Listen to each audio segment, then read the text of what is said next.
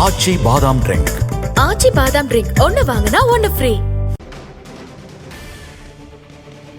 முக்கிய செய்தி: மனோன்மணியம் சுந்தரனார் பல்கலைக்கழகத்தில் வினாத்தாள் கசிந்த விவகாரம் தொடர்பாக வழக்கை சிபிசிஐடிக்கு மாற்ற பரிந்துரை செய்யப்பட்டிருக்கிறது. கூடுதல் விவரங்களுடன் இணைகிறார் நமது செய்தியாளர் ஆல்வின். வணக்கம். கடந்த சில நாட்களுக்கு முன்பாக இண்டஸ்ட்ரியல் லா என்ற பாடத்திட்டத்தினுடைய வினாத்தாளானது கசிந்த விவகாரத்தில் தற்போது இத்தகைய ஒரு பரிந்துரையை காவல்துறை செய்திருக்கிறது. இதன் பின்னணி என்ன?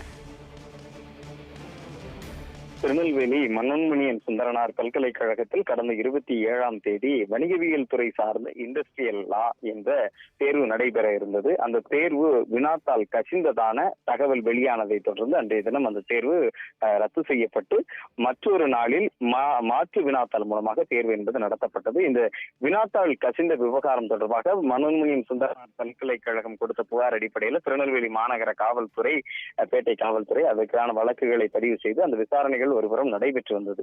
எனினும் கூட மனோன்மணியம் சுந்தரனார் பல்கலைக்கழகத்தை பொறுத்தவரையில் திருநெல்வேலி, தூத்துக்குடி, தென்காசி, கன்னியாகுமரி இந்த மாவட்டங்களை உள்ளடக்கிய கல்லூரிகள் இருப்பதால் பல்வேறு இடங்களில் இந்த வினாத்தாள் கசிந்ததான தகவல் என்பது வெளியாகி இருந்தது. அடிப்படையில் குறிப்பாக வாட்ஸ்அப் மூலமாக இந்த வினாத்தாள்கள் பகிரப்பட்டதான தகவல் என்பது வெளியானது. அது குறித்தும் காவல்துறை விசாரணை மேற்கொண்டிருக்கிறது. தொடர்ச்சியாக இந்த 4 மாவட்ட விவகாரம் என்பதனுடைய காரணமாக இது குறித்து விரிவான விசாரணை தேவைப்படுவதால் இந்த வழக்கை சிபிசிஐடிக்கு மாற்றம் செய்வதற்காக திருநெல்வேலி மாநகர காவல்துறை பரிந்துரை செய்திருக்கிறது. அப்படி இந்த வழக்கு சிபிசிஐடிக்கு மாற்றப்பட்டால் இது குறித்து விரிவான விசாரணைகளை 4 மாவட்டங்களிலும் மேற்கொள்ள முடியும் என்பதனுடைய காரணமாக இந்த பரிந்துரையை திருநெல்வேலி மாநகர காவல்துறை செய்திருக்கிறது.